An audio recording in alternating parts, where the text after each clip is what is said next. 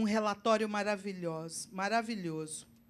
Diz assim: pelo que o Senhor trouxe sobre eles os príncipes do exército do rei da Assíria, os quais prenderam Manassés entre os espinhais, e o amarraram com cadeias, e o levaram à Babilônia.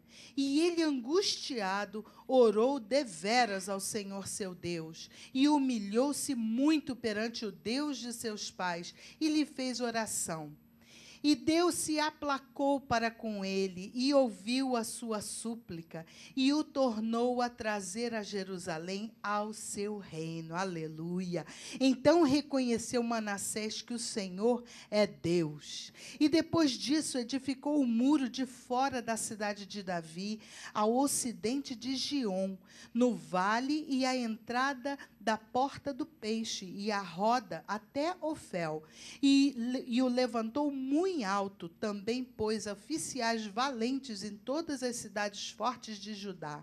E tirou da casa do Senhor os deuses estranhos e o ídolo, como também todos os altares que tinha edificado no monte da casa do Senhor e em Jerusalém, e os lançou fora da cidade. E reparou o altar do Senhor e ofereceu sobre ele ofertas pacíficas e de louvor, e mandou a Judá que servisse ao Senhor, Deus de Israel.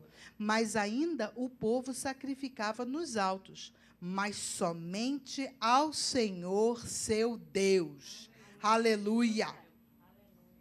Você vê que a história de Manassés, ele estava com todo o poder e estava fazendo tudo que era errado. E, de repente, como sempre acontece, as coisas acontecem rápido. De repente, por isso que a gente tem que estar pronto. A gente tem que estar pronto todo o tempo, porque você nunca sabe o que pode acontecer. Então, com ele estava fazendo tudo de errado. De repente, pumba, caiu no chão.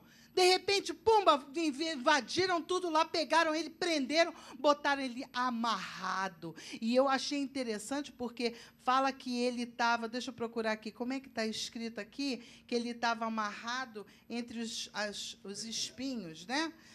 Assírios, os quais prenderam Manassés entre os espinhais, e o amarraram com as cadeias, e o levaram à Babilônia. E a gente fica olhando isso e pensando, meu Deus, de repente, aquele homem que era um rei, né, que estava acostumado com os melhores manjares, ele estava acostumado aos melhores banhos, ele estava acostumado ao reino de Deus, ao reino, né, dele, o trono. De repente, ele se vê numa condição dessa. Queridos, a vida dá muitas voltas.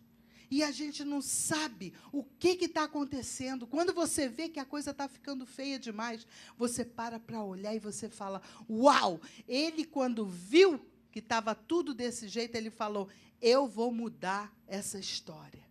Ele foi retirado de Jerusalém e foi levado para onde? Para Babilônia. Babilônia era o lugar do pecado, era o lugar de escravidão. Eu sou livre. Grita aí, povo de Deus. Eu sou livre.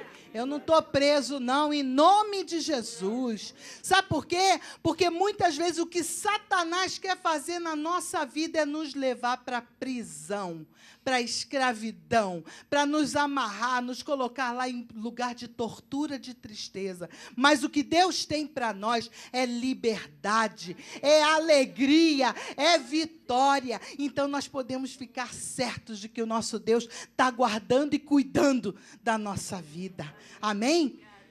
Eu fico pensando nisso. E falando sobre esse assunto de escravidão, nós estamos estudando sobre isso, exatamente nesse ponto, às quintas-feiras aqui. Tem sido um grupo reduzido, mas um grupo que sai daqui abençoado. Sabe o que é abençoado? Cada quinta-feira que eu saio daqui, eu saio abençoada, porque eu estou sabendo que Deus trabalha na minha vida. Se não fosse Jesus, eu estava presa, eu estava amarrada, eu era escrava, e eu sou livre pelo sangue de Jesus. E a gente tem motivo de glorificar a Deus, de engrandecer esse Deus, porque Ele é bom, Deus é muito bom, amém?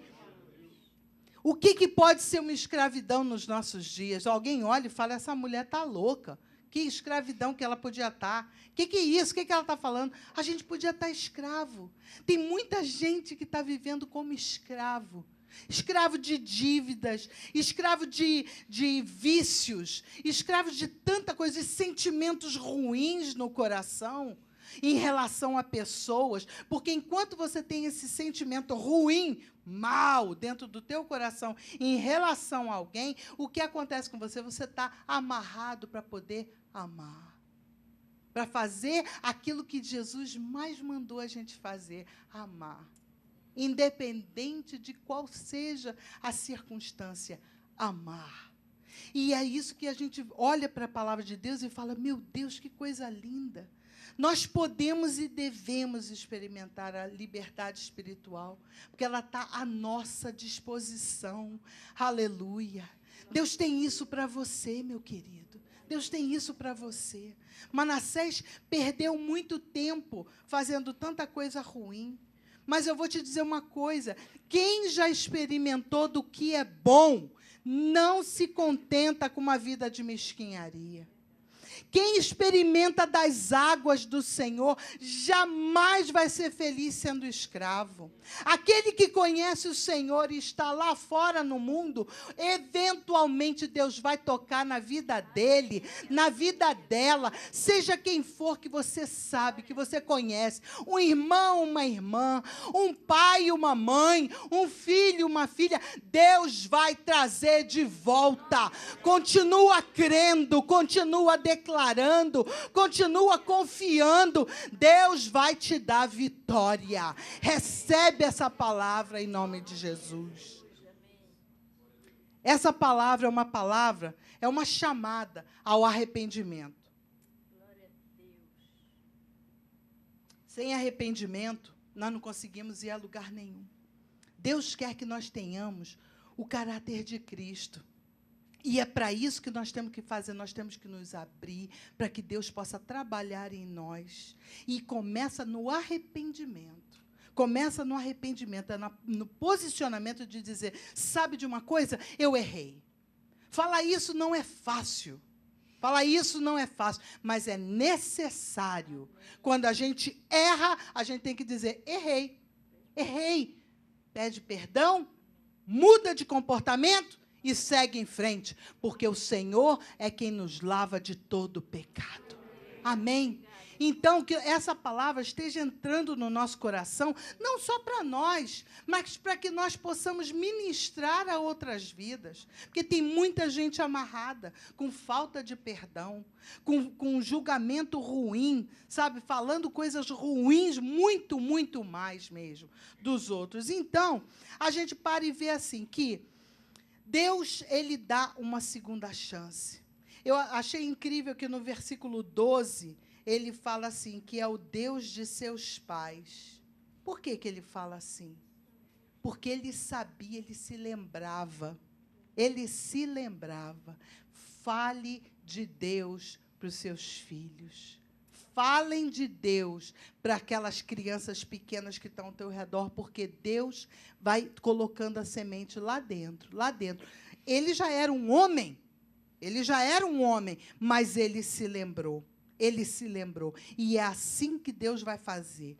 Olha, ele diz a palavra que também, ele muito se humilhou. Né? E em Tiago 4,6, não precisa abrir não, diz assim, que Deus resiste aos soberbos, mas dá graça aos humildes. Olha que coisa linda. Deus concedeu o reino dele de volta. Aleluia. Sabe o que é Deus fazer um milagre desse? Olha, Deus fazer um milagre. O homem estava lá, terrível contra Deus, de repente a coisa vira para ele, ele se torna escravo, daqui a pouco